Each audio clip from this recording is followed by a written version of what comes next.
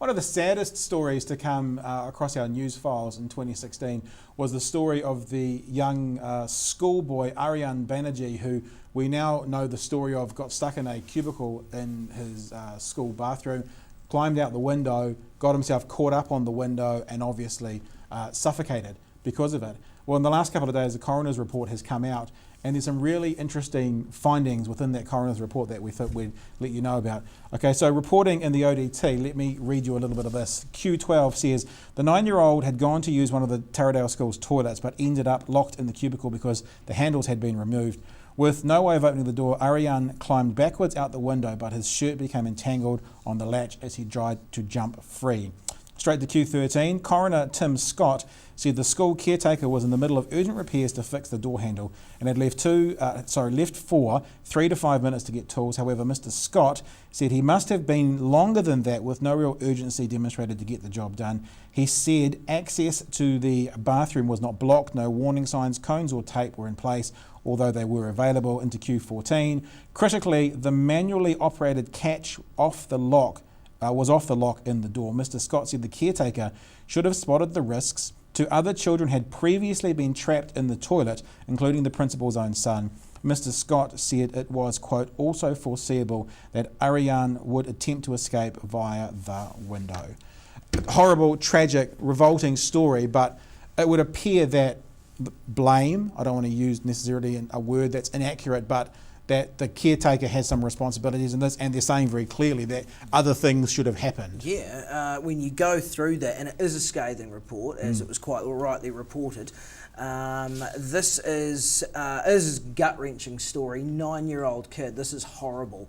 I have 3 children of my own. I could only imagine what these people are going through. Absolutely, and the manner in which it happened as well. This kid trying to get out, and it's just a horrible accident. It was just awful. But the fact that there were no, so if the locks weren't able to be put on the doors, as the coroner's pointed out here, there was nothing to indicate that you shouldn't go in here. Yeah. There was not even a little, just handwrite something and slap it on the door, out of use.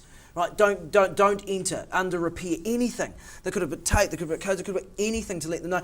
The fact also that it had happened before, that is the absolutely alarming part. Why had action not been taken? Oh, by the way, 1 or 2 kids have been locked in. Should we make a sign just to say, don't go in there, guys? At assembly, send out a notice. I mean, this is what schools do, isn't it? Just say, by the way, block cubicle B and C or whatever aren't able to be used. I just find the whole thing so tragic. I think you've got to look at the evidence of what the coroner has said, what the coroner has said as conclusions based on the evidence. You would have to say that the school is totally negligent here.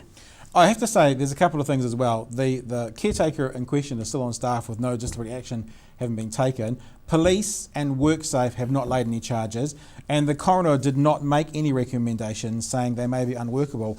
On top of all of this, it's a horrible thought for any of us to put ourselves in the family's position, but if you did, I would want vengeance. I would want culpability. I would want blood on some levels. Not literal. I know. I'm not a violent person, but you'd want culpability. But to his credit, the boy's father, Dr. Aryan Banerjee, has come out saying this, Q15, I am pleased with the way the inquest went, and I'm glad that it wasn't Aryan's fault, which is the most important thing. So he's being incredibly gracious at this moment. He is massively gracious. I have to hand it to this guy, because that is, despite what he might be feeling, this is what he's come out and said publicly. It must be the most hideous thing, as I say, for a parent to go through. He's handled himself with a lot of dignity and a lot of grace in that statement there. There's no doubt about it. And if that is the end of it, you just have to just chalk that down as just a complete tragedy. And I guess I don't want to be pithy about this or kind of flippant at the end, but if anyone in the country deserves Christmas wishes and best wishes this year, it's this family and what they've gone through. And while we're saying it, there was another family in the last wee while who had the child die at the childcare centre as well. So people who have been through this, I was going to say this kind of thing, you don't want this kind of thing to be regular, but people who have lost children and stuff this year, we just think about you coming up to this Christmas period, and we just wish you all the best we can.